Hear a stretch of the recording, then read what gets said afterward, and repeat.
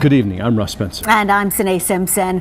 The sentencing of Sean Barnes is where we begin tonight. Barnes faces 32 months behind bars for throwing a block through the window of a key witness's home. A senior I-Team reporter, Dale Russell, has followed this case for more than a year and has the latest now. The message was unmistakable.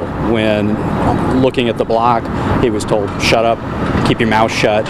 Federal prosecutor Kurt Erskine said he's pleased with the prison sentence of the man accused of threatening a key federal witness in the Atlanta bribery investigation. This is something like you see out of a book. Cinder blocks going through windows, rats on front doorsteps of federal witnesses.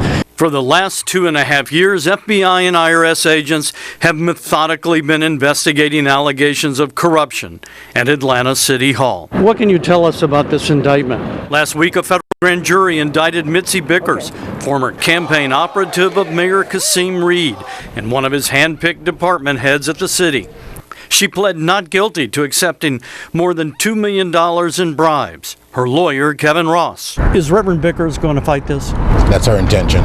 2 city contractors were sentenced for paying millions in bribes, allegedly to Miss Bickers. They're both going to jail. And the city's former chief procurement officer sentenced to prison for accepting bribes from another vendor. It's a big fall from grace.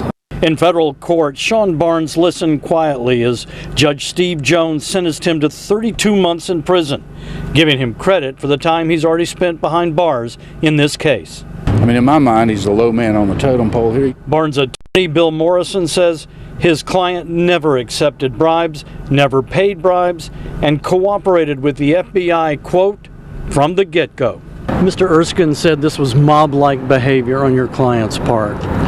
I would disagree with that assessment of it. I mean, this was just a guy who just panicked and probably watched too many movies.